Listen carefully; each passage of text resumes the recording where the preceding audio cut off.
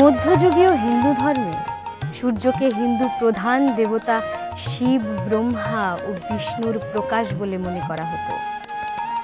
কিছু প্রাচীন গ্রন্থ ও শিল্পকলায় সূর্যকে ইন্দ্র, গণেশ ও অন্যান্য দেবতাদের সাথে একত্রিতভাবে উপস্থাপনা করা হয়েছে।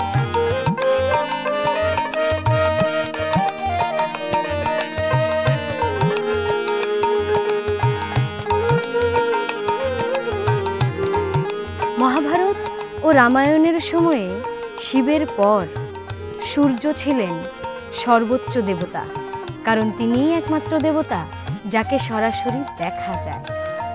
বেদে সূর্যকে জগতের আত্মা বলা হয়েছে। সূর্য হলেন সিংহের অধিপতি। হিন্দু জ্যোতিষশাস্ত্রের রাশিচক্র পদ্ধতির 12টি নক্ষত্রের মধ্যে একটি।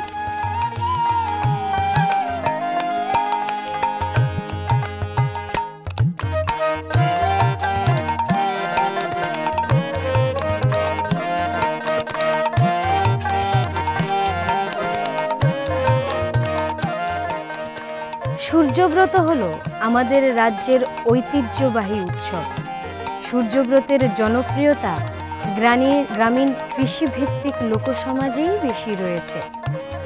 বাঙালিদের অন্যান্য ব্রতের মতো সূর্যব্রতেরও বিশেষ রীতিনীতি ও দিনক্ষণ রয়েছে। মাঘ মাসের কোনো এক রবিবার ব্রতিনীরা নৃত্য গীতের মধ্যে দিয়ে মেতে ওঠেন সূর্যদেবের আরাধনায়।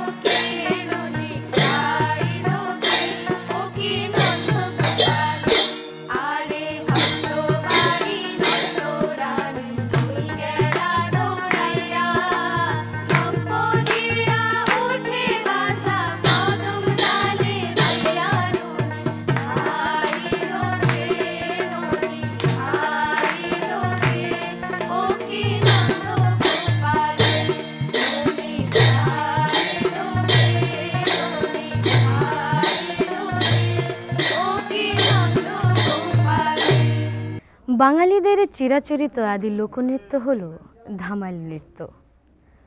ধামাইলের সময়কাল সম্পর্কে সুস্পষ্ট ধারণা দেওয়া যায় না, তবে বড় চণ্ডীদাসের শ্রীকৃষ্ণ কীর্তনে ধামালি শব্দটি বারবার ব্যবহার হয়েছে। এতে বোঝা যায় তার প্রচলন বড় চণ্ডীদাস যুগেরও আগে। তবে মধ্যযুগেরও বিভিন্ন লোককবির কাব্য রচনায় ধামালির উল্লেখ রয়েছে। অষ্টাদশ শতকেও ধামালি শব্দটি প্রয়োগ হয়েছে। ধামাইলা আসলে সঙ্গীত মুখর নৃত্য। অন্নপ্রাশন, উপনয়ন, বিবাহ, গোপিনী কীর্তন, পুষ্পদোল, সূর্যব্রত এবং বিভিন্ন সামাজিক উৎসব বা ব্রত অনুষ্ঠানের পাশাপাশি শ্রীকৃষ্ণের জন্ম উৎসব পালিত হয় ধামাইলের মাধ্যমে।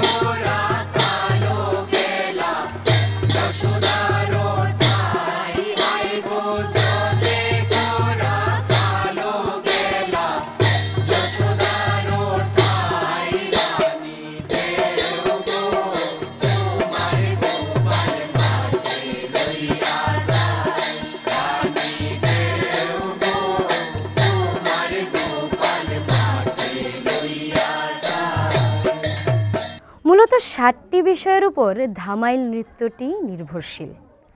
হাতে তালি, হাতের আঙুলি তুড়ি, হস্তচালনা, পদচালনা, শির চালনা, আঁখি চালনা এবং দেহ চালনা।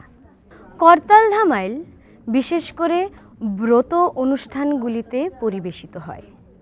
এই ধামাইল নৃত্যের বিশেষ আকর্ষণ হল হাতে করতাল নিয়ে বৃত্তাকারে বিভিন্ন তালি যেমন 1 তালি, 2 তালি, 3 তালি, 4 তালি এবং 8 তালি দিয়ে ধামাইল নৃত্য করতে হয়। সূর্যব্রতের করতাল ধামাইল সিলেটের সুনামগঞ্জ, শ্রীহট্ট সহ আসামের শিলচর, করিমগঞ্জ এবং ত্রিপুরার বিভিন্ন জেলায় এই নৃত্যের ব্যাপক প্রচলন রয়েছে। সূর্যব্রতের সবচেয়ে আকর্ষণীয় দিকটা হলো বৃত্তাকারে অনুষ্ঠিত ধামাইল গান ও নাচ। পরিবার প্রতিবেশীরা একত্র হয়ে শ্রীকৃষ্ণের জন্মলীলা থেকে গোষ্ঠলীলার বিভিন্ন কাহিনী নৃত্য গীত সহকারে বড় করতাল বাজিয়ে পরিবেশন করেন।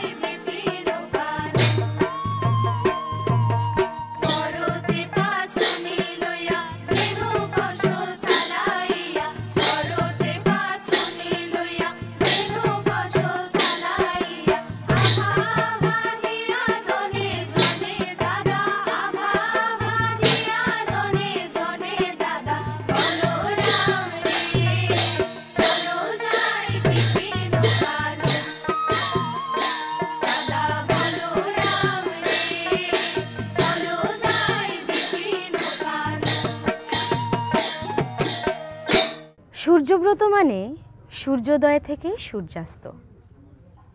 গোটা সময় ধরে দাঁড়িয়ে থেকে ব্রতটি সম্পূর্ণ করতে হয়।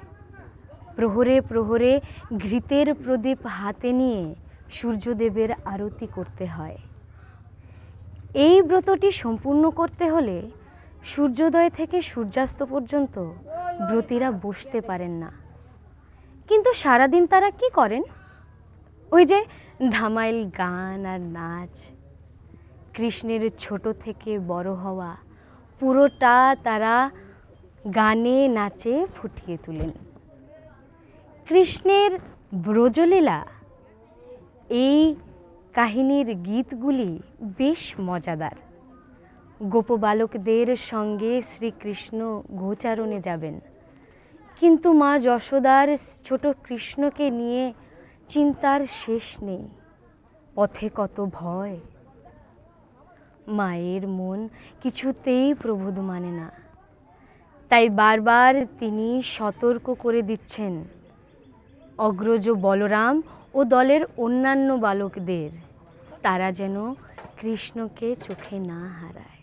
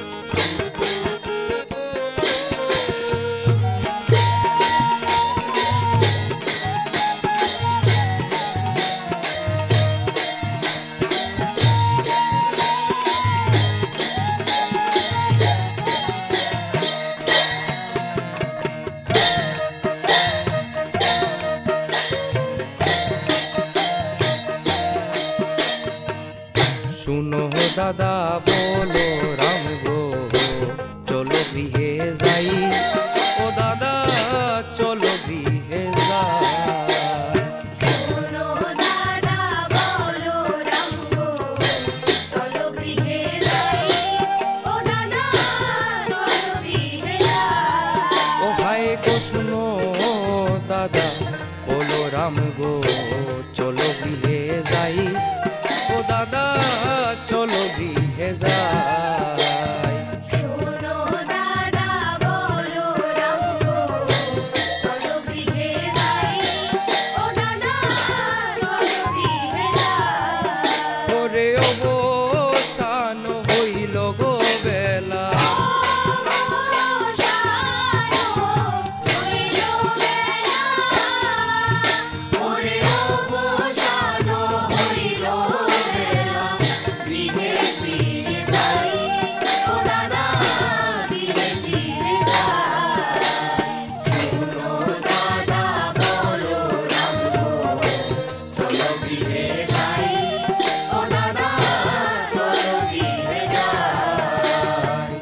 সাত পাশ পুত্র নাই মার, আমি পুত্র বিনে, ও মায়ের আমি পুত্র বিনে। সাত পাশ পুত্র নাই মার, আমি পুত্র বিনে, ও মায়ের আমি পুত্র বিনে। ওরে সাত পাশ পুত্র নাই মার, আমি পুত্র বিনে, ও মায়ের আমি পুত্র বিনে।